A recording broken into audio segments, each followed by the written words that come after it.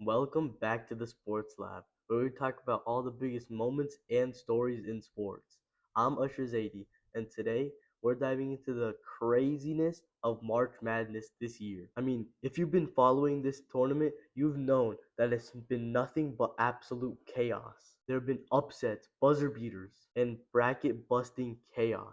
These things have taken over the sports world in the last few days. Today, we're breaking it all down and how the 2025 March Madness may be the craziest of all time. Let's jump into it. March Madness is always filled with absolute chaos. It's that time of year when anything can happen. Any team can be eliminated and any team can move forward. But this year, 2025, something feels different. We've already seen so many upsets that it's getting hard to keep track of. Let's start with talking about some of the biggest upsets this year that have absolutely crumbled some people's March Madness brackets. First up is the jaw-dropping upset of Arkansas over the number 2 seed, St. John's. Now, you may not have seen this one coming, but Arkansas managed to pull off a huge 74-68 victory, knocking out one of the favorites early on. St. John just could not get anything going. They were struggling to keep possession, shoot well. It was just terrible from St. John, and Arkansas took advantage of all of those mistakes. This game was a true example of March Madness magic and how anything can go one team's way and not for the other. I'm not just talking about the score for this game though.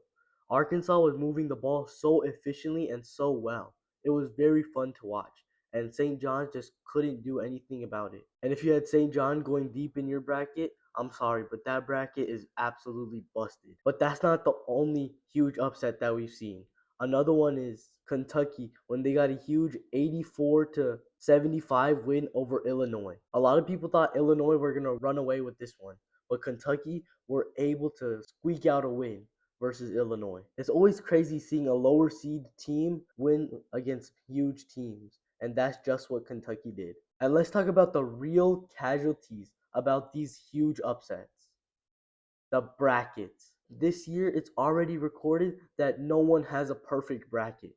It's absolutely insane. All these huge teams that are favored to win the whole thing are losing to 10 seeds, 15 seeds, all of this. It's absolutely insanity. So if one of your friends comes up to you saying, "Oh, we still have a perfect bracket," they're lying.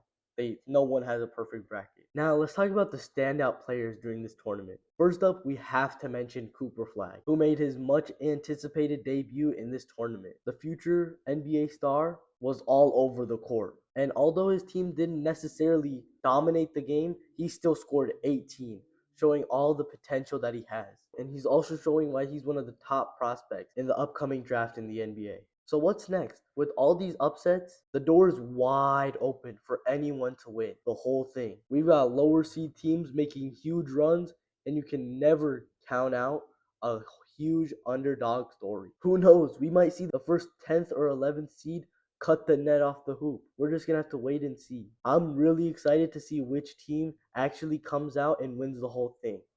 And especially if it's one of the lower seeded teams, that's going to be amazing because that would be the best Cinderella story for that college. Let me know what y'all think about all these upsets and craziness during March Madness. Let me know who y'all think is going to win the whole thing. Don't forget to share, subscribe, and like. I'll see y'all next time.